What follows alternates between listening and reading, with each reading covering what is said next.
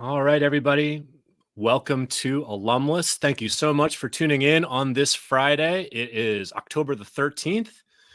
I don't know about you, Chris. It is a beautiful day here in Richmond, Virginia, where I live. The sun's shining through your window there, so it looks like it's pretty nice in Bethlehem, PA. It is beautiful. Good to see you.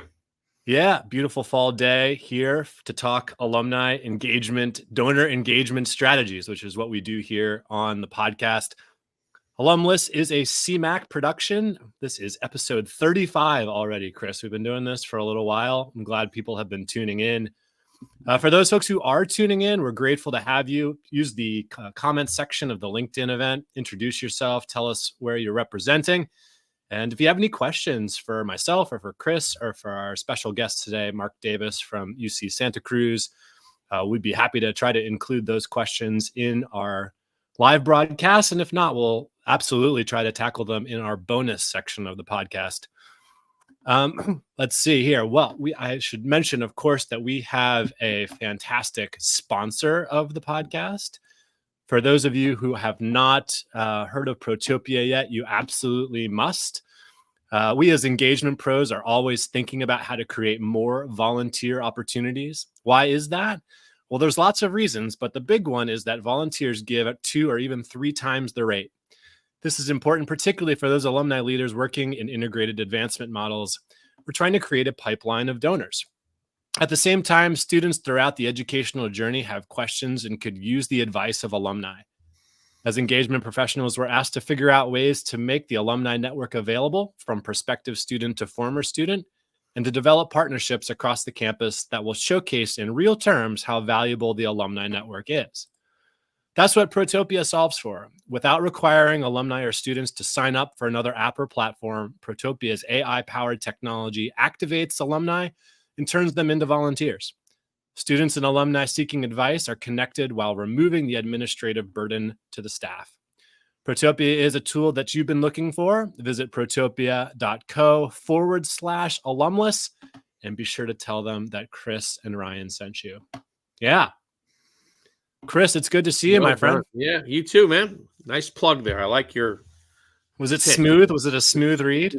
Yeah, it was a good read right there. That was well done. I feel like last week was a little more awkward. I'm getting better at it. You are. That was good. But I wanted to, we got a great show. We have Mark Davis from UC Santa Cruz. He's vice president for university relations there. Vice chancellor, I should say. I always mix that up sometimes, the vice president and the vice chancellor. But I wanted to ask you, did you ever think about entertaining the idea of being a vice president? Why or why not? I did. There were moments where I actually pursued a couple options. It just wasn't the right timing, didn't work out sequencing wise where I was physically, time of life, kids in different locations and all that. So it just never really panned out. And I watched several colleagues and friends do it. The one we're going to talk to, I've known for years, Mark, who's was at Rice as the alumni leader when I was at Lehigh. And I see on our call, Scott Morey has joined us. We'll talk about Scott in a little bit. I know he's on our list of questions today for Mark, but Scott, he started out at George Washington, went to USC, Southern Cal, and he's in the role now. So I've seen my colleagues and friends do it, but I never really had. The stars didn't align ever for it to be true. I guess it's both something that you have to both have the stars align for like time of life, where you're living, but also I think you probably have to seek it out, and do some of the things in advance to make yourself a viable candidate for those types of roles when they open up.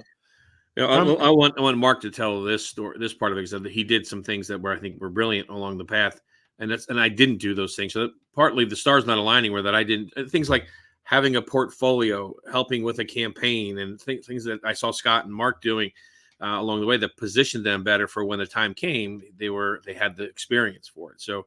Yeah, I think there are things, and I want Mark to give us that feedback. And when we get Scott on here in a few, I think Scott's joining us next year at some point. He's on our long-term list. He'll give us some advice too. But I definitely think there are specific things that should be done if you want to position yourself to be in that kind of role. But let's ask the expert on it.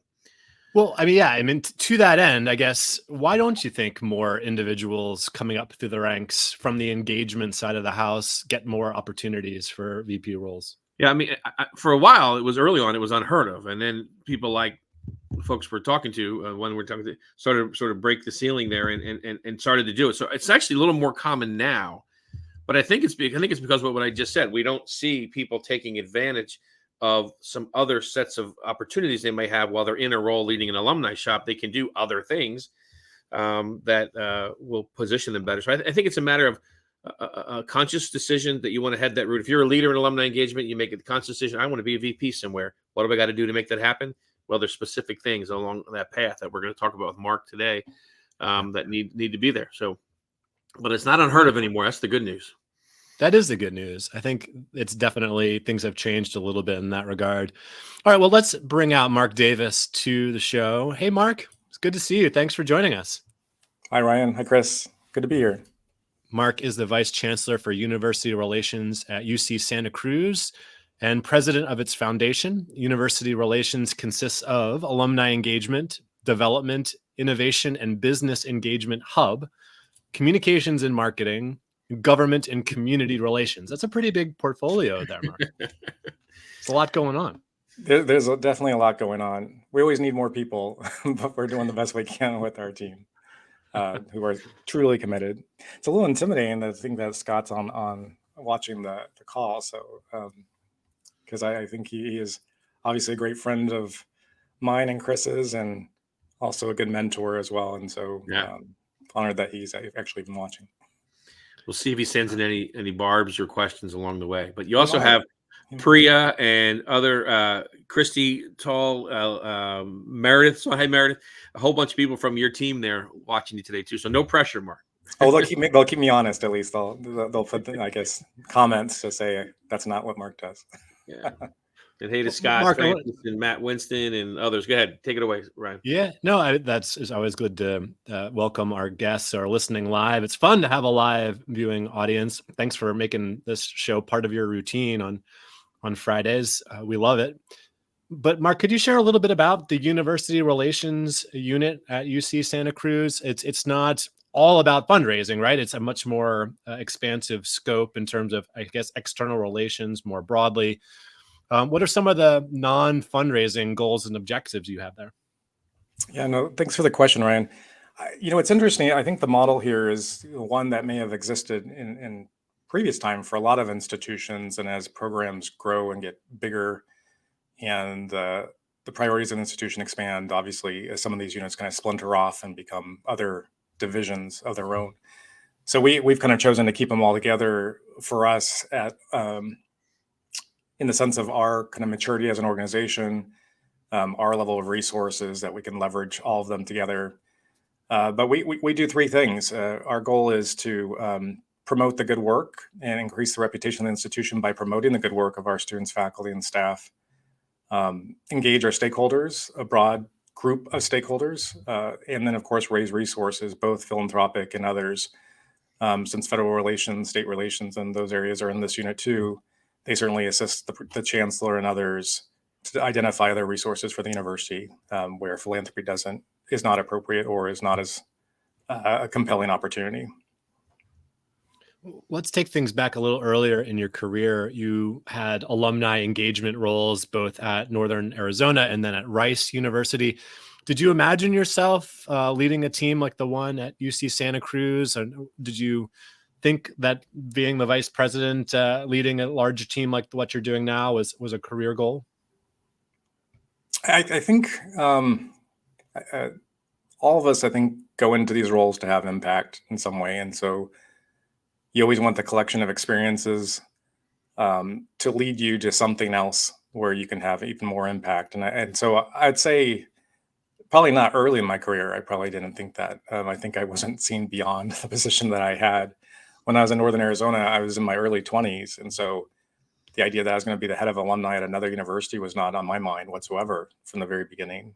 It was a pretty new idea. And also as a new for Rice, I was the first person at Rice who was not an alum to run the alumni organization. So all those things were kind of new. But when I was at Rice at some point, I did have aspirations to want to run a much larger unit and have even greater impact. And then some of the things that Chris said earlier, some of the decisions I made in my career were both serendipitous, but also somewhat intentional, so that I could have, when opportunities like these arise, I would be considered a potential viable candidate for them. I know that you were in Hawaii right before you took the job at Carnegie Mellon in Pittsburgh, and I teased you about moving from Hawaii to Pittsburgh. Uh, what was that role? Remind our audience. So you were at Northern Arizona, Rice in the alumni roles, and then fill in the gap to Carnegie Mellon, if you don't mind. Yeah. So after Rice, so when I was at Rice, I was head of alumni, and then I transitioned to the president's office. That's right. I do And remember so that. I was, we didn't call it that, but kind of essentially a chief of staff Yeah. to the president, and working on his international initiatives. And so did that for about 4 years after my alumni role. And then part of that, because of my international part of my responsibilities, I actually ended up just becoming so curious about what was going on in China, because I was traveling there so much, that I actually decided to move there. And so I left Rice, did a little bit of consulting work for them while I was there, but was primarily doing a graduate degree at Tsinghua. And when I was coming back to the US after that was completed, I was looking at opportunities, and I always thought, my family and I thought we would be in New York, but we had this call from Hawaii. And it answered a lot of questions for us. One is, one, we want to be closer to the east, because we wanted to kind of take advantage of the experiences that we had in China and ensure there was an international component of that job too. So that was also front of mind. And then two is, it was an interesting opportunity. I think all the positions that we try to pursue, we have to be aligned with the head of the organization, of the person we're working for. And so he was pretty an inspirational, aspirational president at the time, who was trying to do big things, a very different institution than I had been at before. And I thought I could make impact. And so, and of course, Hawaii's beautiful, wonderful people, and an experience that certainly was life-changing for us. In that, when did it first occur to you that there's a potential for you to be a vice president in that journey? Was it when you were in the Rice chief of staff like role? Yes. Or was it, yeah, okay. I actually left Rice because I needed my colleagues to see me as a vice presidential candidate. And I think there's, you have the experience, you have probably the ability to contribute in certain ways, right. But sometimes you have to leave and come back for folks to actually view you as an equal or a peer in the way that you want them to. And I think that very much was a decision. One of the driving decisions of me leaving Rice was I needed that extra experience. Yeah. Could you share just a little bit about what your experience going to graduate school in China was like? I mean, I feel like I went to graduate school in Australia, and I think about it as one of the best decisions I ever made. What was that like for you? Oh, I loved it. I think, that the answer of you don't know your own country until you leave it is very true. Viewing the place that you have generally spent most of your life at from afar and from the perspectives of others is certainly life-changing. I loved it. I had been there so many different times for work. Living there just added that much more kind of affection for the people, for the culture, and exposed me to people from all over the world. And I think that all that stuff, from my education there in international relations to the people I met, and I met my husband there too. So that, of course, was life-changing. All those things contributed to such an incredible experience. I was also there right after the Olympics. So it was during a time of significant growth, significant openness, I think, to the world. And it's a very, obviously it has evolved since then, but it was an extraordinary experience. Yeah. We were teasing about Scott a little bit. Scott Morey is the person who you worked for at Carnegie Mellon for a while. And we've known Scott back, when you were at Rice, he was at George Washington, I was at Lehigh.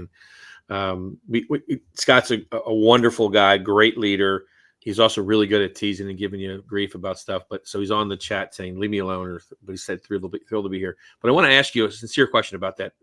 4 years with him, your role at Carnegie Mellon, my version of it in my mind is like you were campaign director, but maybe I'm sure other things in your portfolio. Talk about what that experience was like in preparing you for a vice presidency, working with Scott. Yeah, it's in life, you always think that you earned all these roles that you get. Right, right. And it's actually never true.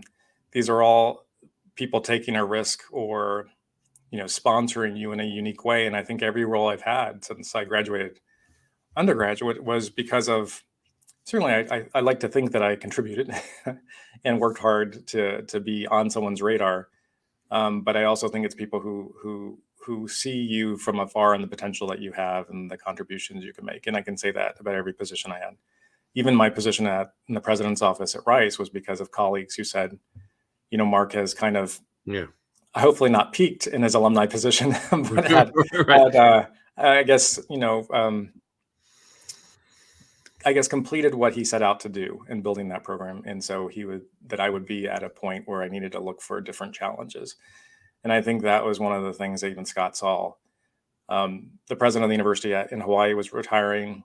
My position as chief of staff and head of international is certainly always kind of vulnerable during those moments. Sure. Yeah. And as you said, I had interest in being a vice president for development and fundraising, and I was doing some of that work in Hawaii. That was one of the amazing things in Hawaii is both by happenstance and by necessity, I had various roles while I was there. I oversaw executive communications. I was advising on development and alumni relations. I was the acting vice president of enrollment management. I was doing the campus master plan. So all those things kind of add to your portfolio of experiences. And then, but the one thing that I didn't have as much of was frontline fundraising. And when Scott moved to Carnegie Mellon from USC, he, invited me to have a number of conversations, and the role that, I would like to pursue at that point, and the role that he was looking to fill kind of matched in a unique way. And he invited me to be part of his team. And so it was great. And I remember one of the first things we said is like, we're friends too. We were friends before we were colleagues, in the sense of work. Right. And so how does this work? And in many ways for us, it actually worked quite well because we had the confidence and the trust to kind of provide feedback for each other. And at the same time, open enough, I think both of us, but primarily me, certainly, to be open to his mentorship. And I think that went a long way to helping me prepare for this role. The title was officially at Carnegie Mellon? It's Associate Vice President and Campaign Director. Okay, right. Yeah. Mark, let's talk just a little bit about your current role, leading the team at UC Santa Cruz. What surprised you the most about that role as you've taken on the reins in a couple of years now? 2 years, Scott or Mark, in the role? No, this is my fourth year. Can you believe that, Chris? It's 3 years. 3 years and going on my fourth. Holy, it's kind of time goes by. Of course, 2 of those years were COVID years. So, right. All blurs together into 2 for me. Right, exactly. Yeah. Well, just to carry the theme out of Scott. One of the things that I said to Scott after my first year or so here, I saw him at Case, and I go, well, I won't tell too many people, but I think you were right about a lot of things. Oh, you just went public with it. I know, right? I did go public. I think, what's interesting is in these roles, a lot of the roles I had, except for the alumni position, certainly, it was not necessarily behind the scenes, but you were not, your physical, the way you showed up in a room was less important. Because the other person that you were supporting or working for, or was the one that had that burden and responsibility. And so when you come into these roles, you realize that when you show up, it matters. It matters what you say. It matters how the enthusiasm that you carry into a room, and it matters when you're trying to provide direction or inspiration for the organization. And I think that was one of the biggest, not aha moments, but moments of responsibility that I carry every day. And I think that's one of the hardest things, especially for an introvert, is to show up in a space like that with that responsibility, and do it authentically. Tires you out. End of a day like that, you're done, right? You don't want to spend time with anybody. Yeah. And I have 2 kids that I come home to that Yeah. have to keep that energy up. Yeah, My absolutely. wife's an extreme extrovert. I'm an introvert like you. People are surprised when I say that sometimes, but I need my cave time. I call. Leave me alone. I want to sit There's a alone. number of people in this work that are situational extroverts, is what I like to say. Yeah, you can Um, deliver when you have to, right? Yep. yeah, and I think it's actually good in many ways. One is that I think you just approach conversations with donors and others in a kind of a different way. And 2, I think I don't know. I think there's pluses to both. I mean, I would love to be an extrovert because I think that would take a lot less energy off me at the end of the day. But I also think there's some value in the mixture of personalities, certainly. Yeah, 100%. How do you prioritize your time, Mark? What are some of the personal, professional goals that you have for, I guess, this fiscal year? We'll say. I'm sure there's lots of goals, but what are you working on? Yeah, I mean, it's a good question, and part of what I learned from my experiences with all these folks is trying to keep it simple. And so here at the university, we have 5 primary goals. One is, of course, a fundraising goal. The others are kind of engagement goals and reputation building goals. And I think on top of that, it's kind of it's a conversation about, as we pursue those goals, what is our approach? So we want to build an inclusive and diverse environment so that we do our best work. We want to kind of maintain and excel kind of our pursuit of excellence, not just do our work, but do it really well and be proud of that work. And we also want to deliver on the goals, right? These are goals that are important to the institution. We're here and we choose to be part of universities because we want to make an impact, and that impact is oftentimes raising the resources that are desperately needed for those institutions to succeed. And that kind of steadfast discipline effort is important. And of course, there's personal goals. And, I have an 18-month-old and a 5-year-old, and trying to be a good father and good husband and a good, family member to all those people, and a good friend to people. I think all those things are important, and obviously take a hit when you have like these kind of 24/7 jobs. And so just kind of doing your best to control your schedule as best you can so that you have some kind of balance, however you define balance. I think that's important too. I want my kids to know that I was there. I don't want them to remember me by the flight that I took the day before, but that I'm actually there at the important things. One of the things I've observed as I've gotten through my career, I've never been in your role or where others like you are, but what I've observed is that your responsibility to be not just the leader of this diverse group of, you have a big portfolio, as Ryan said. Not just that, you're a university leader, you're a university citizen, and your job, sometimes you get pulled into, like you did when you were in Hawaii, campus planning discussions or diversity discussion, whatever. You find that challenge there as well? You find your chancellors pulling you into things that are outside your scope of your work, but part of your university leadership role you're getting pulled into as well? Well, you hope they are, right? I Sure. think when you have, I've had the luxury of really working with a number of senior, or in the, I guess, the inner group of university leaders for several different universities, and